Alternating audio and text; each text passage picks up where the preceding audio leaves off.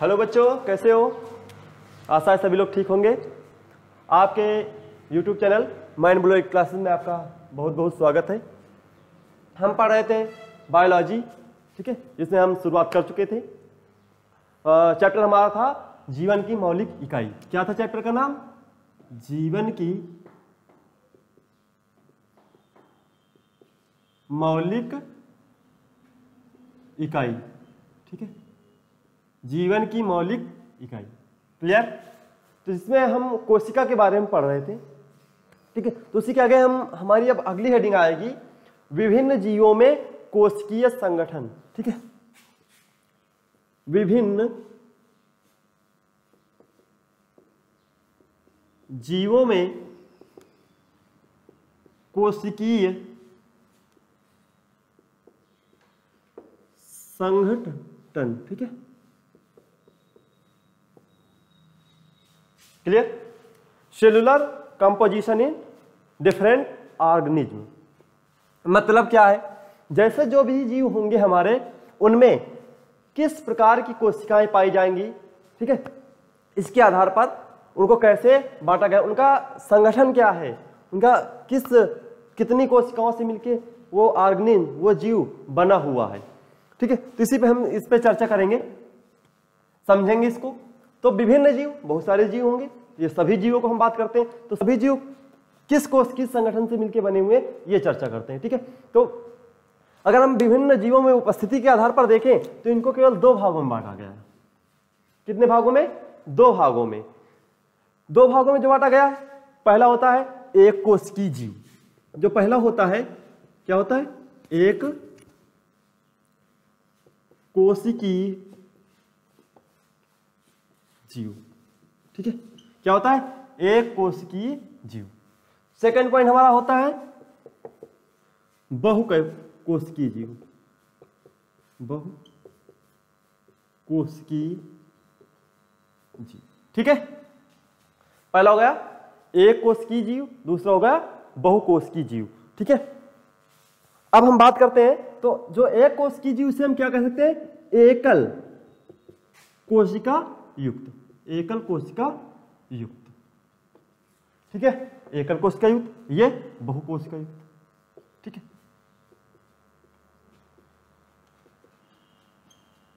हाँ, क्लियर हो पॉइंट? तो अगर हम बात कर ले, या अनेक बहुकोशिका या अनेक कोशिका भी कह सकते हैं, ठीक है। से अनेक मतलब एक से अधिक हो, ठीक है। एक से अधिक कोशिकाएं हो तो बहुकोशिकीय जीव कहलाएगा, अनेक कोशिका। क्लियर हो पॉइंट? अब देखिए, जो हमारे जीव हैं, ऑर्गेनिज्म हैं, ये दो प्रकार से बने हुए हैं। पहली बात तो किससे बने हुए हैं? कोशिका से बने हुए हैं। अब कोशिका में दो प्रकार की कोशिकाओं से बने, जिसमें जो जीव, संपूर्ण जीव केवल एक कोशिका पाई जाती है, जिस संपूर्ण जीव में केवल एक कोशिका पाई जाती है उसे क्या बोलते हैं? एक कोशिकीय जीव। क्लियर हुआ पॉइंट? इसके बाद जिस ऑर्गेनिज्म में, जिस जीव में एक से अधिक कोशिकाओं से मिलकर वो बना हुआ है, उससे क्या बोलेंगे? बहुकोशिकीय जीव बोलेंगे, ठीक है। बहुत सारी कोशिकाओं से मिलकर बना हुआ हो, उससे क्या बोलेंगे? बहुकोशिकीय जीव। क्लियर हुआ पॉइंट? तो अगर हम बात कर लेते हैं इसी पे, तो अगर दोनों में अंतर की बात करते हैं, ठीक है, एक कोशिकीय तथा बहुकोशिकीय जीवों में अंतर, तो दोनों में अंतर क्या होता है?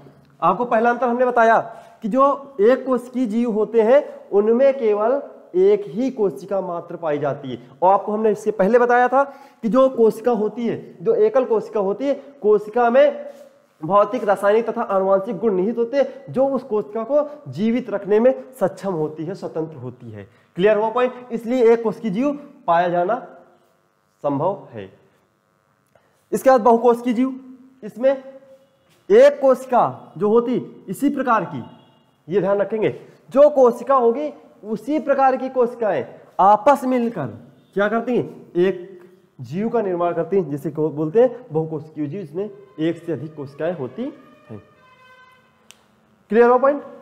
इसके बाद जो एक कोशिकीय जीव हैं, इनमें सुकेंद्रीय कोशिका वाले एक कोशिकीय जीवों में श्रम विभाजन नहीं पाया जाता है। श्रम विभाजन मतलब इनका विभाजन नहीं हो पाता है, क्योंकि एक ही कोशिका रहेगी, जब विभाजन होगा तो बहुकोशिकीय हो जाएगा। ठीक है, इसलिए इनमें विभाजन, सम विभाजन नहीं पाया जाता है। ठीक है, इसके बाद अपित या पूर्व केंद्र की कोशिका वाले जीवों कोशिकाओं में देखा जा सकता है। पूर्व केंद्रकीय कोशिका वाले जीवों में एक कोशिका जीव पाए जाते हैं। क्लियर हो पॉइंट।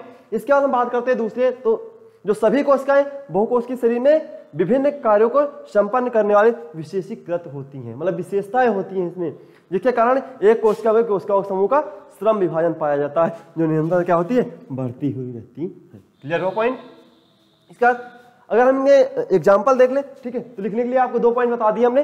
पहला पॉइंट आपको बताया, ठीक है, इसी को आप लिख लेंगे, हेडिंग डालेंगे, एक विभिन्न जीवों में कोशिकीय संगठन जिसके कितने प्रकार के होते हैं, 2, जिनके में अंतर, ठीक है, जिनमें क्या अंतर है, तो एक तरफ एक कोशिकीय, एक तरफ बहुकोशिकीय जीव। ठीक है, लिख लेंगे दोनों पॉइंट। ठीक है, तो अगर हम एक कोशिकीय जीव के उदाहरण देख लें, ठीक है, उदाहरण देख लेते हैं, एग्जाम्पल देख लेते हैं, तो अमीबा, क्लेमाइडोमोनास, ठीक है, पैरामीशियम, बैक्टीरिया, आज सभी के सभी क्या है, एक कोशिकीय जीव हैं।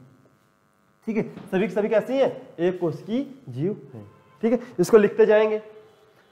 सेकंड, जो बहुकोशिकीय जीव, इसमें कवक है, पादप, ठीक है, कवक, पादप, ठीक है, जंतु, ठीक है, पादप में सभी पौधे, चाहे छोटा सा पौधा हो चाहे तो बड़ा सा पौधा, सभी पादप क्या होते हैं, बहुकोशिकीय होते हैं। सभी जंतु लगभग बहुकोशिकीय होते हैं, जंतु बड़े। ठीक है, अगर मानव, ठीक है, जंतु में मानव भी आ जाता है, लेकिन ठीक है, पूछ लेते हैं, तो अगर इसमें कोई डाउट हो कि कौन ये कैसा होगा तो आप समझ सकते हैं, ये कह सकते हैं जो हमारे छोटे बैक्टीरिया वायरस जो होते हैं सभी के सभी क्या होते हैं, एक कोशिकीय ही होते हैं। इनमें हम अगर हम लिखना चाहें तो लिख लीजिएगा, अमीबा,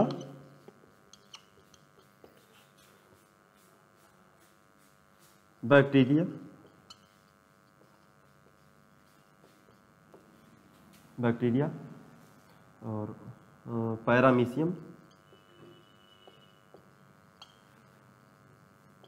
ठीक है, इसके बाद क्लेमाइडोमोनास, ठीक,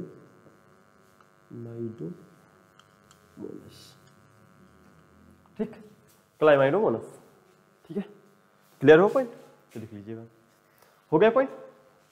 इसके बाद देखो, आपको जितना याद रख सकते हैं उतना याद रखिएगा, या जो अगर याद नहीं कर पाते हैं उसको क्या करेंगे, लिख लेंगे। ठीक है, क्लियर हुआ पॉइंट, लिखेंगे जरूर। इसके बाद हमारा अगला पॉइंट आता है कोशिकाओं का आकार एवं आकृति। ठीक है, क्या आता है, कोशिकाओं का आकार एवं आकृति। ठीक है,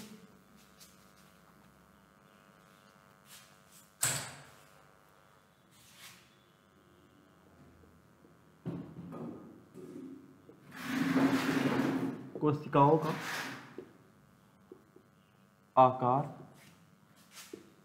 एवं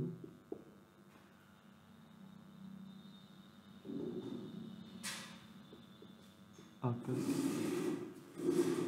ठीक, कोशिकाओं का आकार एवं आकृति। ठीक है, तो कोशिकाओं का आकार कैसा होगा, आकृति कैसी होगी, इस पे हम चर्चा करते हैं। ठीक है, तो जो कोशिकाएं होती हैं, कोशिकाएं सामान्यतः कैसी होती हैं, गोलाकार ही होती हैं। कैसी होती हैं, गोलाकार ही होती हैं। लेकिन ये अगर इनका हम बात करते हैं तो ये बहुभुजी हो जाती हैं, आयताकार हो जाती हैं, बेलनाकार पाई जाती हैं, नलिकाकार, स्तंभी, घनाकार, बहुभुजी, तस्तरीनुमा, ठीक है, ताराकार, द्वितल, परवलयाकार, भालाकार आदि भी हो सकती है, आपको बताया। और लेकिन जो सामान्यता होती है कैसी होती है, गोल ही होती है, गोलाकार ही होती है। क्लियर हुआ पॉइंट।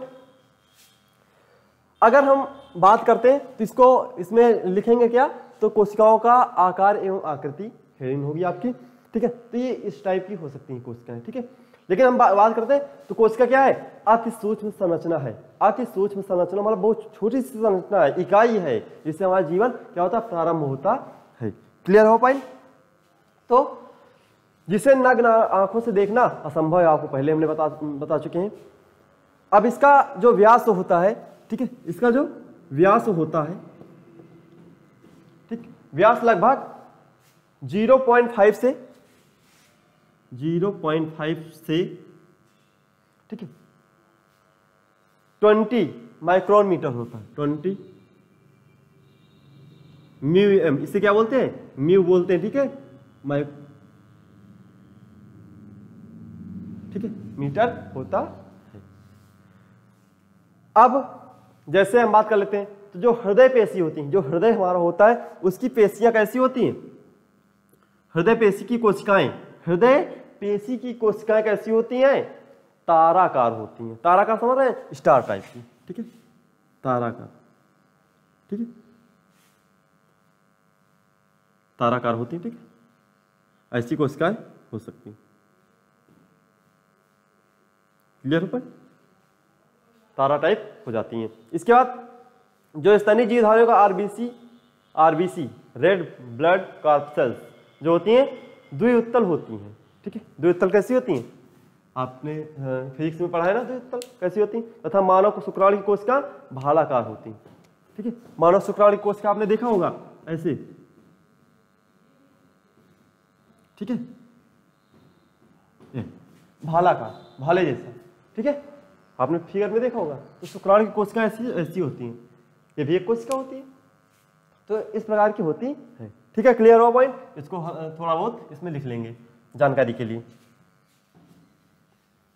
इसके बाद हमारा अगला पॉइंट आता है सजीव कोशिका का संरचनात्मक संगठन, ठीक है। सजीव कोशिका का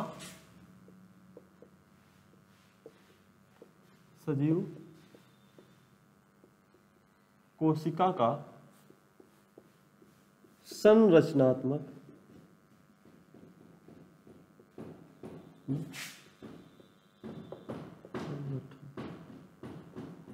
ठीक, सजीव कोशिका का संरचनात्मक संगठन, structure organisation of living cell, ठीक है। जो हमारी सजीव कोशिका होगी, उसका जो संरचना होगी, उसका संगठन कैसा होगा? तो कोशिका जीवों की, आपको पहले बताया, जो कोशिका जीव क्या है? संरचनात्मक एवं क्रियात्मक इकाई है, ठीक है, जिसमें जीवन की समस्त जैविक क्रियाएं संपन्न होती हैं। क्लियर हुआ पॉइंट? अब बात करते हैं, तो कोशिका वह सरलतम संरचना है जिसमें एक झिल्ली जैसे आवरण के भीतर तरल आधार द्रव्य कुछ विशेष संरचनाएं होती हैं। इतना लिख लेंगे, इसमें हेडिंग में लिखेंगे, कोशिका वह सरलतम संरचना है जिसमें एक झिल्ली जैसे आवरण के भीतर तरल आधार द्रव्य कुछ विशेष रचनाएं होती हैं।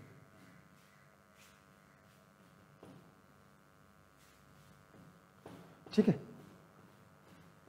विशेष रचनाएं होती हैं। इस आवरण में लिख लो, इसी के आगे लिख लो, इस आवरण में कोशिका या जीव द्रव्य, इसमें लिख लो क्या क्या होता है ना, लिख लो इसमें, इस आवरण की कोशिका या जीव द्रव्य कला तरल आधार द्रव्य को जीव द्रव्य एवं विशेष संरचनाओं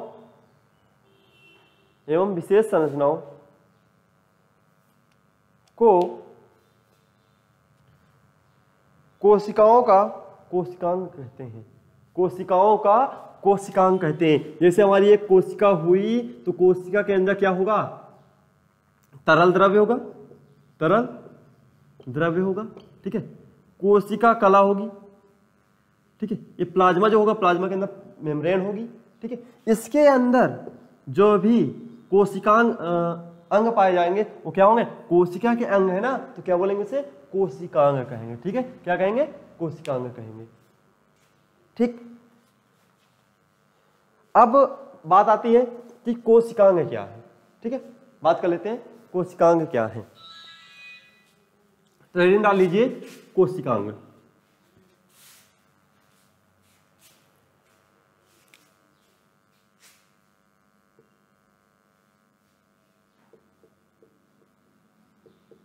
कोशिकांग, कोशिकांग क्या होता है? कोशिका के अंदर पाए जाने वाले अंग जिन्हें क्या कहते हैं, कोशिकांग कहते हैं। ठीक,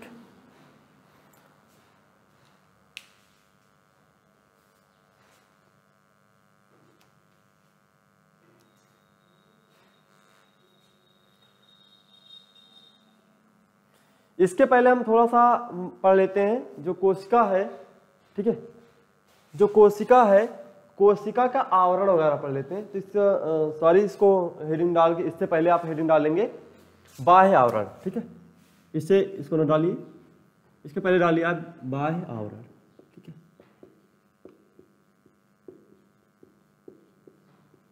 बाह्य आवरण। ठीक है, क्या हेडिंग डालेंगे, बाह्य आवरण डाल लीजिए। ठीक है, कोशिका से शुरू से पढ़ते हैं। पहले कोशिका के बाहरी आवरण के बारे में जान लेते हैं, उसके बाद कोशिकांग में चलते हैं। ठीक है, तो बाह्य आवरण, आउटर मेम्ब्रेन क्या होती है? तो बाह्य आवरण में सबसे पहला हमारा पॉइंट जो आता है, प्लाज्मा झिल्ली अथवा कोशिका झिल्ली आती है। क्या आता है? ठीक है, प्लाज्मा झिल्ली या प्लाज्मा झिल्ली या कोशिका झिल्ली। ठीक है, क्या बोलते हैं? कोशिका झिल्ली। ठीक है, इंग्लिश भी लिखना चाहे तो लिख लीजिएगा प्लाज्मा मेम्ब्रेन। ठीक है, प्लाज्मा मेम्ब्रेन बोलते हैं। ठीक है, या सेल मेम्ब्रेन। ठीक है, तो प्लाज्मा झिल्ली क्या होती है? तो सभी कोशिकाओं में क्या होता है? जीव द्रव्य के चारों ओर एक पतली झिल्ली पाई जाती है। ठीक है, क्या पाई जाती है? पतली झिल्ली पाई जाती है, जो सभी कोशिकाओं, जिसे क्या बोलते हैं? कोशिका कला बोलते हैं, कोशिका झिल्ली कहते हैं। यह झिल्ली अत्यंत पतली होती है। कैसी होती है? बहुत पतली होती है, लचीली, अर्धपारगम्य। ठीक है, क्या होती है? अर्धपारगम्य। पारगम्य मीन्स पता है? पारदर्शी। अर्ध मीन्स आधी, मतलब पारदर्शी होगी लेकिन पूरी तरह से पारदर्शी नहीं होगी। मतलब एक द्रव होगा, दूसरी तरफ बहुत पूरा द्रव इस तरफ नहीं जा सकता है, कुछ जाएगा कुछ नहीं जाएगा। ठीक है, उसमें तो इसी झिल्ली को होती है जिसे चयनात्मक पारगम्यता का गुण भी दर्शाती है। आपको पहले बताया हमने, जो चयन करती है कि कौन सा तत्व इस तरफ जाएगा, दूसरी तरफ जाएगा, कौन सा नहीं जाएगा। क्लियर हो पॉइंट? अगर हम इसके बात कर लेते हैं तो ये इसका निर्माण प्रोटीन व वसा की परतों से होता है। इसमें पॉइंट वाइज लिखते जाएंगे, ज्यादा कुछ लिखने की जरूरत नहीं है आपको। ठीक है, पॉइंट वाइज लिख लेंगे, हम बता रहे हैं पॉइंट। ठीक है, आपको बता दिया पॉइंट इसके पहले। अब इसमें ये पॉइंट लिख सकते हैं, क्या होती है? इसका निर्माण किससे होता है? प्रोटीन व वसा की परतों से होता है। अब इनमें जो होता है 60 से 80% प्रोटीन होती है, 20 से 40% वसा व 5% कार्बोहाइड्रेट उपस्थित होती है। क्लियर? लिखना लिख लीजिएगा। क्लियर हो पॉइंट? अब इसमें क्या होता है? यह प्रायः 75 एंगस्ट्रॉम मोटी होती है। ठीक है, 75 एंगस्ट्रॉम। ठीक है, मोटी होती।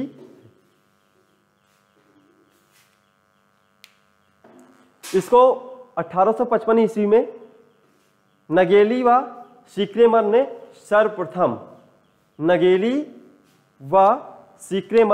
सर्वप्रथम जीव द्रव्य कला को कोशिका कला कहा। ठीक है, जीव द्रव्य कला को ही कोशिका कला कहा। क्लियर हो पॉइंट?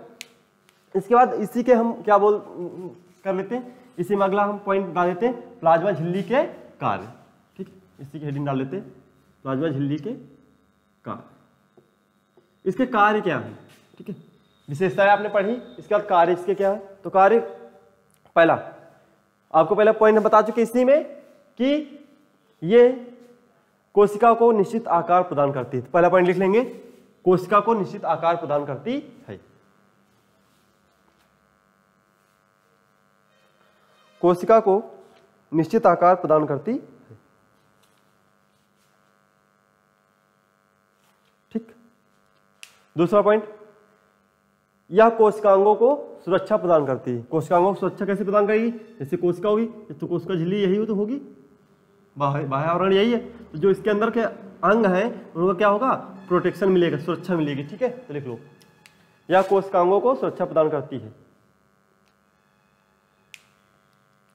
अगला पॉइंट लिख लो, कोशिका में पदार्थों के परिवहन को नियंत्रित करती है। कोशिका में पदार्थों के परिवहन को नियंत्रित करती है। आपको बताया अर्धपारगम परिवहन नियंत्रित कैसे होगा कि कौन सा तत्व के अंदर आएगा, कौन सा जाएगा, इसी क्या होते हैं, इसीलिए क्या होती है? अर्धपारगम में होती है। क्लियर हुआ? पॉइंट हो गया। ठीक है, बस इसके बाद इसमें 2 पॉइंट हैं। प्लाज्मा झिल्ली द्वारा परिवहन। ठीक है, परिवहन कैसे होता है ये ध्यान देना। ठीक है, परिवहन कैसे होता है? तो प्लाज्मा झिल्ली के द्वारा कोशिका के बाहर वाले स्थान से कोशिका के अंदर के पदार्थों का आवागमन कुछ प्रक्रियाओं द्वारा संपन्न होता है। आपको बताया कि कौन सा तत्व आएगा, कौन सा जाएगा, इसे क्या बोलते हैं? प्लाज्मा झिल्ली द्वारा परिवहन। जैसे प्लाज्मा झिल्ली है तो परिवहन कैसा होगा? तो परिवहन मुख्यतः 2 प्रकार से होता है। पहला विसरण। ठीक है, क्या होता है? पहला विसरण। अगर लिखना चाहे तो थोड़ा बहुत लिख सकते, नहीं जरूरत नहीं, कोई समझ लेंगे। ठीक है, विसरण। तो पदार्थ के जो अणु होते हैं अधिक सांद्रता वाले से स्थान से कम सांद्रता वाले स्थान पर जब गमन करते हैं, ठीक है, याद रखेंगे, अधिक सांद्रता वाले स्थान से कम सांद्रता वाले स्थान। ठीक है, ये मान लेते हैं बाहर का, तो अधिक सांद्रता से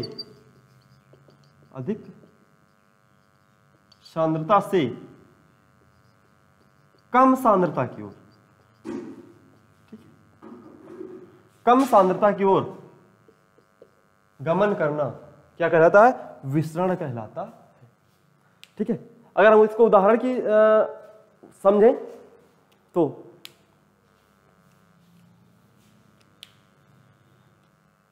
उदाहरण है जैसे जो कार्बन डाइऑक्साइड होती है जो कि कोशिकीय अपशिष्ट है और उसका निष्कासन आवश्यक होता है। ठीक है, शरीर की कोशिकाओं से क्या होता है? कार्बन डाइऑक्साइड क्या है?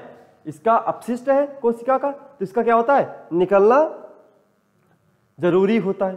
तो जो कोशिका में पाई जाने वाली कार्बन डाइऑक्साइड की सांद्रता क्या होती है? बाह्य वातावरण में उपस्थित कार्बन डाइऑक्साइड की अपेक्षा क्या होती है? अधिक होती है। इसलिए शरीर से हमारी कार्बन डाइऑक्साइड आसानी से निकल जाती है, हमारी कोशिकाओं से निकल जाती है। क्लियर हुआ पॉइंट? इसका दूसरा है परासरण। दूसरा पॉइंट क्या है इसका? परासरण। परासरण, ठीक है, ऑस्मोसिस। ऑस्मोसिस, ठीक है।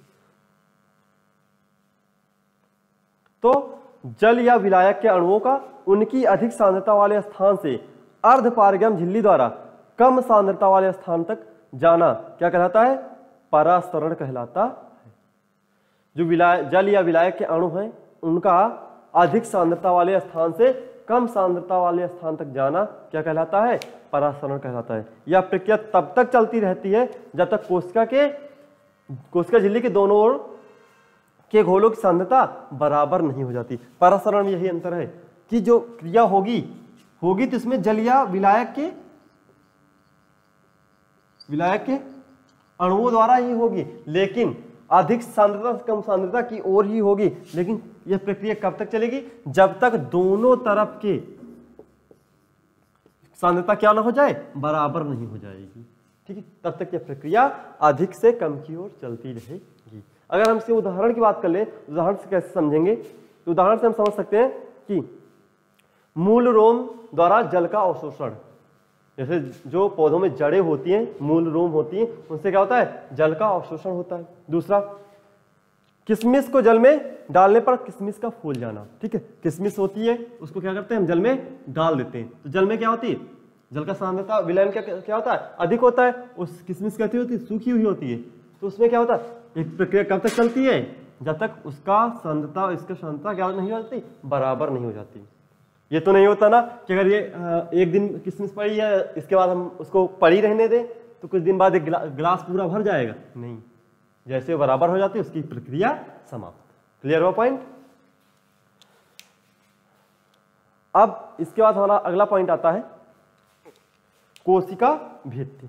ठीक है, कोशिका भित्ति क्या होती है, इंपॉर्टेंट थोड़ा सा। सेल वॉल, ठीक है, बाह्य आवरण का दूसरा पॉइंट है ये।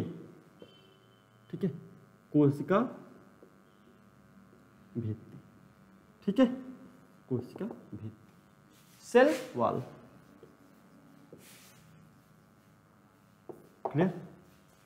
तो आज यहीं तक रखते हैं। ठीक है, पढ़ते रहिए, पूरा नोट्स बाकायदे बनाइए, जो ना समझ आए कमेंट करिए, फिर से बताया जाएगा। ठीक है, तब तक के लिए नमस्कार।